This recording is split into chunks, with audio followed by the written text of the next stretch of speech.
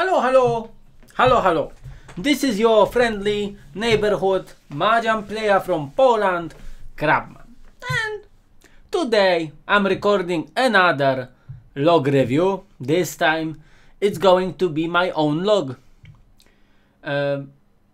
Obviously I review my own logs on daily basis. Pretty much every game I play is at some point reviewed.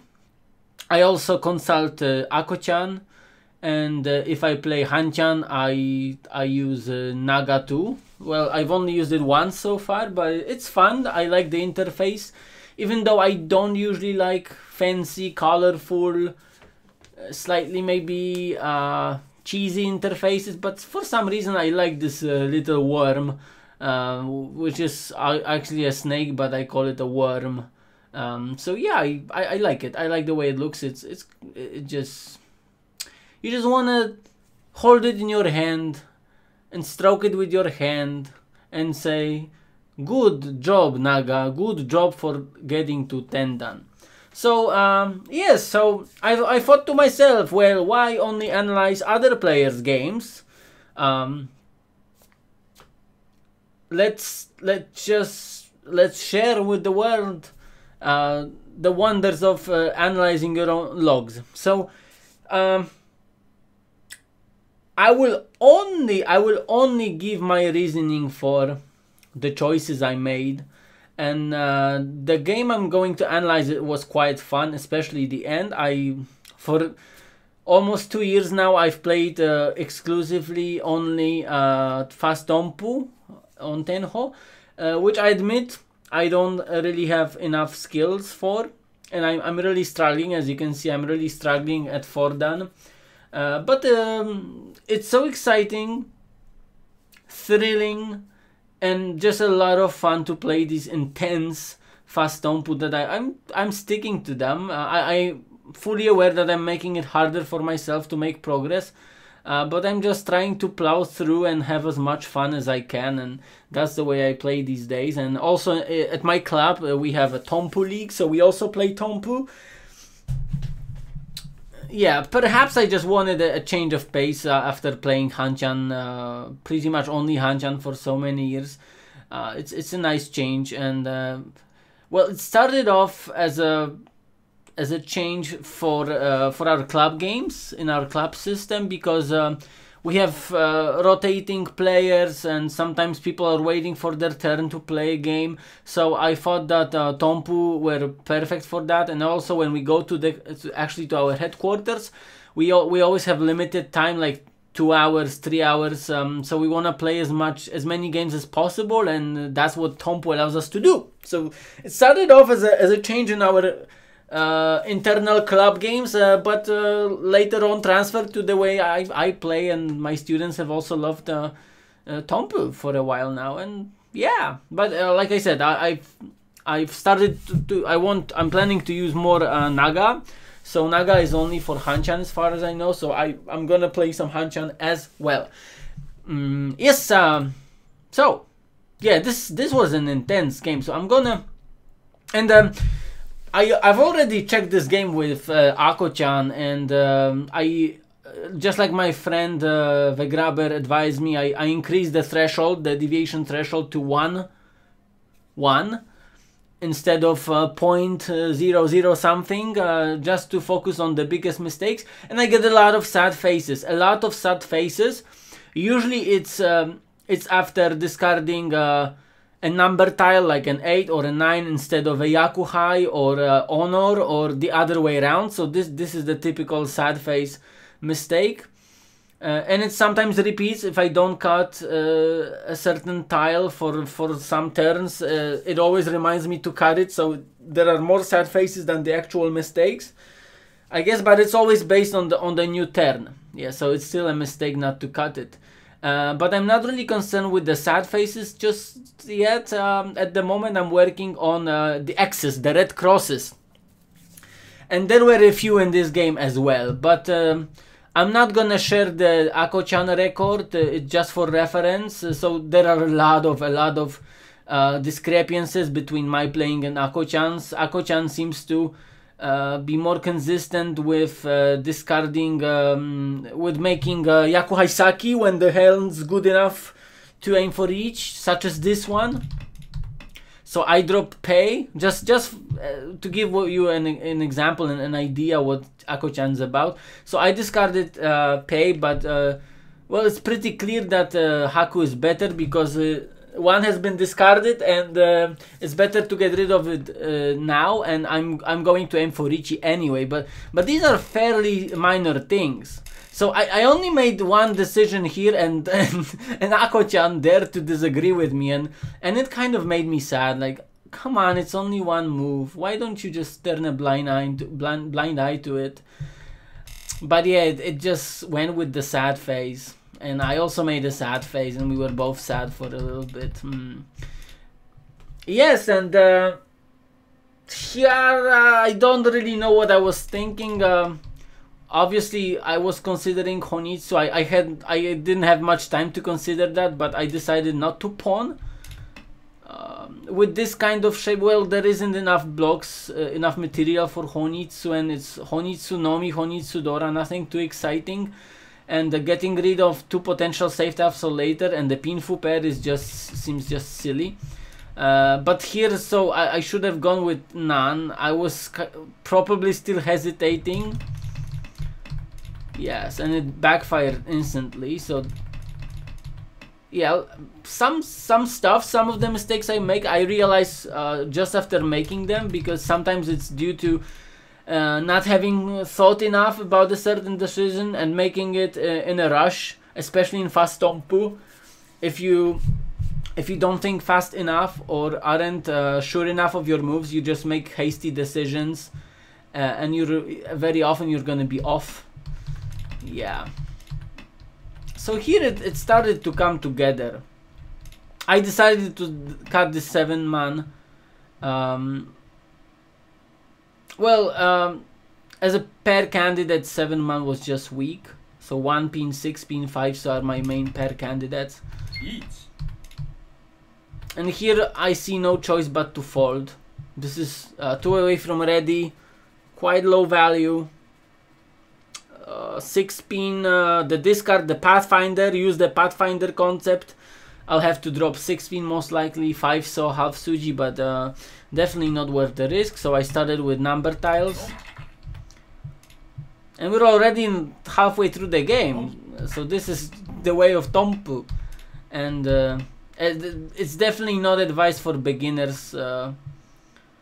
Although if someone has fun playing them, all power to you, but I wouldn't recommend especially fast Tompu to beginners. But in general, fast Tompu, remember, it's just like self-round. So your push-pull game, your calling game, tile efficiency has to be, everything has to be tight, so tight, in order to have reasonable results. Yeah, just clearing up. Sha is the door I didn't want to cut. I don't want to cut it right away, and I can see some Tanyao potential here. Cheap Tanyao stopper, that's one of the hands, one of the tactics I love the most, and it's especially useful in Tokujo. In order not to miss opportunities for quick cheap wins, you have to be aware of Tanyao at all times, and sometimes it seems almost impossible. And here this is a very questionable decision. I decided to commit full on to an open hand, so it's probably a bad move.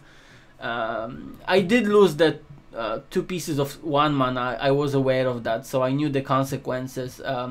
But I felt like this hand was too slow already, and I wanted to just be able to open. So I didn't mind losing the 1 mana, and I wanted to keep Haku for defense a bit later.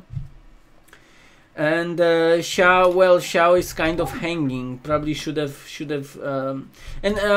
This is, I think this was the first red X that I got here. So Ako-chan doesn't like this call, but to me it seems really great. Tanyao Dora, Ryan Shanten. I don't know. To me it's a decent, at least a decent call. I'm not gonna say it's super correct standard play, but yeah, and this was obviously a huge risk, potential Honitsu above in Toyman's hand. So I might have dealt in if I had been super unlucky. But if Toyman had called, I would have had to fold. Yes, this is just standard. 7, so this is a sign of Tenpai potentially. So Sozu, fortunately 8 pin safe, and my path to Tenpai is safe because I have Haku. And obviously I was really lucky here that the bad shade completed first, which isn't always the case, and 4-7 weight was decent. Sozu look pretty expensive, so it's maybe not the best weight possible. Now it becomes 3.9, but it's all luck. It doesn't matter in judgment. And Toyman, he didn't need the 7, so he showed that earlier and he dealt into me. Yeah, but my judgment isn't based on the results. I had a plan for this Tanyao, and to me it really looks good. I don't know. Feel free to correct me. Okay, this seemed like an easy hand, although deceptively good. Akadora, you know, beginners. When I was a beginner, oh, Wakadora, Tune, whoa, amazing hand. But this hand is quite shitty, to be honest. And my position in the game, relative position, is pretty good. I'm in the lead. I don't have the hugest, the biggest advantage that I could ask for, but it's good. I'm first. I'm in first place, so I just need to be careful not to drop too much. Yeah, I wanted to make it a pair and keep tone, just for the sake of getting double tone. In which case, I would probably drop the Aka 5 pin or maybe the 4-6 Sokanchan, depending on whether I would manage to connect the 5 pin. Yeah, and here I decided to keep tone. It wasn't a safe tile, but again, getting double tone would still be nice. But now the choice which block to cut would be much more difficult. Maybe Tune, I don't know. But I decided to cut the 6 block and keep a, not really a safe tile, but safe-ish. I don't know. It's maybe not a good choice. Maybe not. Maybe I overdid it, because there is such a concept as dropping the 6 block in order to keep a safe tile, and I have Sha, just in case I have Sha, so I don't need a Tone. So Tone is mostly still an offensive tile. Maybe if I draw another one, it's definitely not a safe tile, so maybe I should have dropped it. And here I think I just folded. Yeah, it wouldn't have been an easy fold though. What could I have dropped if the hand hadn't ended? My God, English is hard. Probably Tune. Probably Tune. Yeah, and that's oh, and this is where it gets really interesting. And here's probably the biggest mistake I made in this game. So you can see this Yon Renke. It's a pairless hand, so Yon Renke is already better. If I get 6 man, I get Nobetan weight, and I can still develop it. I can maybe draw another Dora to make it a pair and get double Ryanman here for Kutsuki. So I thought that 6-8 was the weakest block, and I'm pretty sure of this decision. But here you will see I panicked. I noticed that Pinzu were getting dangerous. And that means not to cut them. And I drew this 3-man, and I just panicked, and I just dropped 6-7 pin, which not only could have been pawned by Kamicha, but they well, if I had been unlucky, they could have dealt in, to be honest. And I lost a bunch of Ukeire. It's a connected shape. This is 3-6, 5-7-8, if I see that well. So the best discard obviously here is 3-man. I guess I was also too focused on using the Dora here. So 6-man, 4-man. Yeah, and I kept this 3-6 pin, so but still quite a bad move. Yeah, 3-man is the way to go. And here I got to Tenpai, and I'm on the fence about this, but I'm gonna lay out my judgment. So we're on Tenho, okay? We're on Tenho, and on Tenho the benefit. So if I Ricci and manage to run, unless it's Shimocha, I don't get first place. Oh well, if I get lucky and score Hahnemann, but this is what we don't really take note of in the analysis. So if I run Toyman Kamicha, I'll be in second place, and going from third to second place isn't a huge benefit on Tenho compared to risking last place. So I have the Akadora and Pinzu, so Kamicha, even if they have Chinitsu, it most likely won't be Hahnemann. So I can deal into them for 8,000 and not be last. And but like I said, my hand as it is allows me to get first place if I Tsumo. That's what I'm mostly focused on.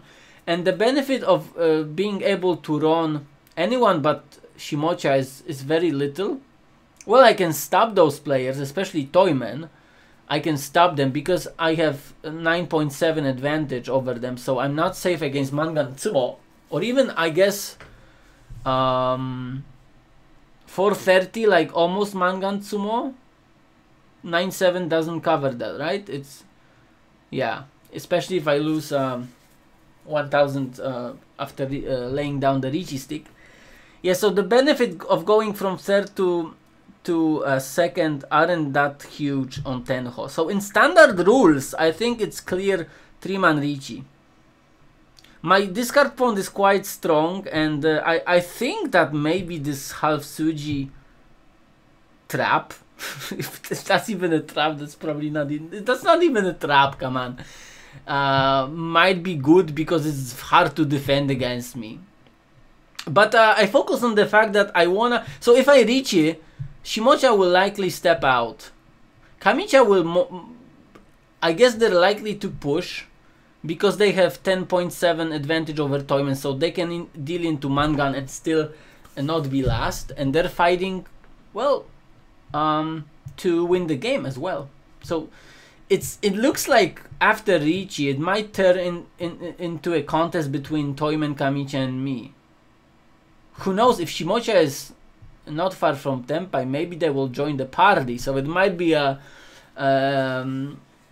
4-player Coco Jumbo battle. Who knows? But I was focused on just not wanting to face Toyman directly, and I went with Dama, but I chose the worst weight, unfortunately. But it's also a result of the mistake I made earlier. So I decided to wait on 4-man, and maybe even that would have been a better Ricci than 3-man, because Ako-chan advises to cut 3-man Ricci. So Ako-chan, I guess, is focused on being able to run Toyman Kamicha, or even Shimocha if they push. But I was focused on, okay, Tsumo is enough for me to win the game. Let's keep a low profile here and just fold if necessary. These were my thoughts. But maybe 7-man Ricci with an actual Suji trap would have been the best. But like I said, Ako-chan says 3-man Ricci. I think in standard rules it's a clear Ricci to fight for the top and being able to run Toyman, Kamicha or Shimocha.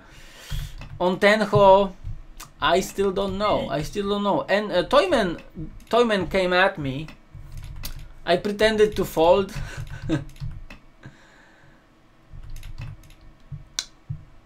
But I somehow managed to keep a cool head and just fold all the way.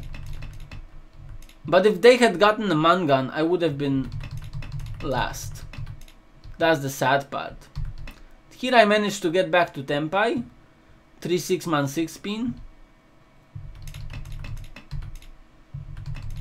So I almost kept Tenpai. I was scared of this 3-pin. I dropped 9-man. And 4-man. Was this the best choice? I guess so. Kamicha was unlikely to wait on Foreman, so I guess so. And that's how it ended, with me in last place. I'm not sure of the final decision.